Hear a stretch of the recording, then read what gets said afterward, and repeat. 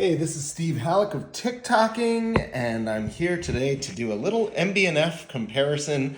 Before I do, you can always find all my watches, videos, content, everything at TickTocking.com. These are always for sale when I put them up. Of course, the videos last forever and the watches sell, so, check it out, what's current, but TickTocking.com, and you can find me at Steve Halleck on Instagram. And if you like my content, please hit subscribe. I know I haven't made videos in a while, so that'll help YouTube know that you still like my stuff and they should show it to people. Okay, cool. So MB&F, we've got here one of the original HM3s, and here is the HM10 Bulldog. And I thought, since I have both of these in stock right now, it's cool to do a quick little comparison of the two. They're really like an evolution in progress here. So let's start with the HM3. This is the Sidewinder in white gold. Originally, these watches came in white and in rose and in what they called the Star Cruiser, which was like this configuration, or the Sidewinder, which was this. I always loved the Sidewinder because you can wear it on your wrist and you can pull a shirt cuff to there and see the time.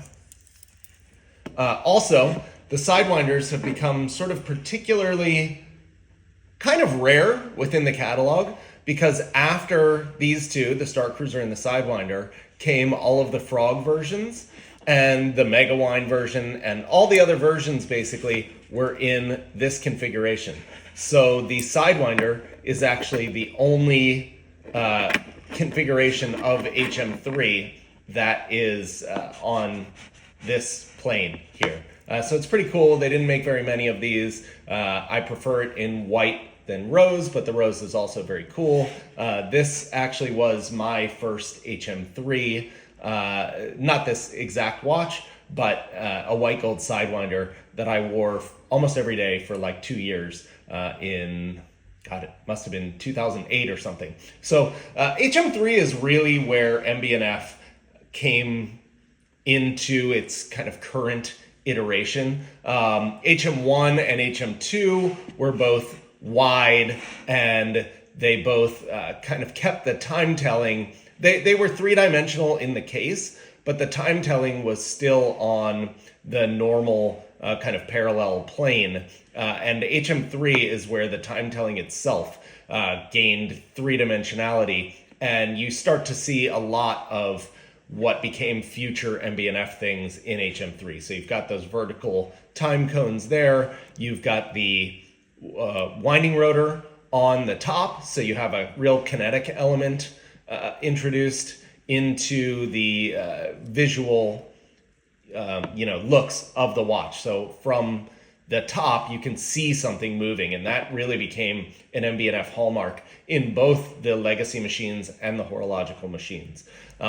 One thing that people don't realize on HM3, and I always try to highlight it, but you really need to see one in person, is just how incredible the case finishing is.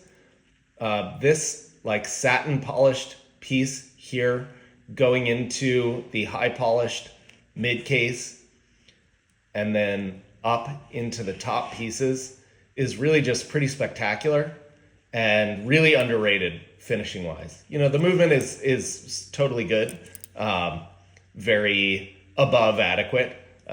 It's obviously MB&F isn't the purpose of MB&F isn't like Philippe Dufour level finishing, but the case, it's hard to find a case that is more impressive than these, and especially in the gold versions, because you can just get a fineness of finishing to gold that you can't really get in titanium. Okay, so that's the HM3, and now we can see many years later, when we get to HM10, we still have these cones, time-telling cones, straight out of the HM3. These were actually the ones basically used in the Frog. And so they were taken and put into this crazy new machine. This front articulating lug system is very similar to what was in HM4. Let me catch this focus here.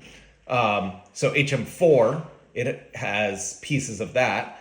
And then the moving pieces up top obviously started in HM3, but for those who are familiar with MB&F, it'll be most familiar in the legacy machines. So this piece really combines the legacy machines and the horological machines. I'll get it cracking for us. And you have basically an LM style bridge plate and balance wheel with the escapement there that you see in almost all the legacy machines basically. And then the cones or domes, as it may be, from the Megawind and the Frog straight out of the HM3, the moving elements that first started in the HM3, the front lug system that's very similar to HM4. And so you really have this is almost like a MB&F greatest hits piece, basically. And it came in at a very super fair price, I think, under 100,000 US, which, obviously is a lot, but for the MB&F range, it's very fair. And very cool watch. So I'll show you both of them on the wrist. I'm gonna have to just hold this because this has the spring buckle and it's awkward to clasp on camera, but you can see here, that is the HM3 on the wrist. Both are actually really comfortable on the wrist. This one obviously is heavier since it's white gold, but very cool watch. And the Bulldog on the wrist. Much lighter, much taller, or at least it feels much taller. And that is your Bulldog. Anyway, this is just a quick video while I had these two on my desk. I thought it would be cool to see them together. I hope you guys enjoyed. These are sort of the best of the best of contemporary horology. You're looking at the sort of the most approachable, most important MB&F HM range. This is where you get basically both of these. You're getting kind of best of breed of one of the most important contemporary horology brands that there is. So I think both are really cool watches to have in a collection, and to have them both together is something really special that represents sort of Max's genius and his contributions to horology.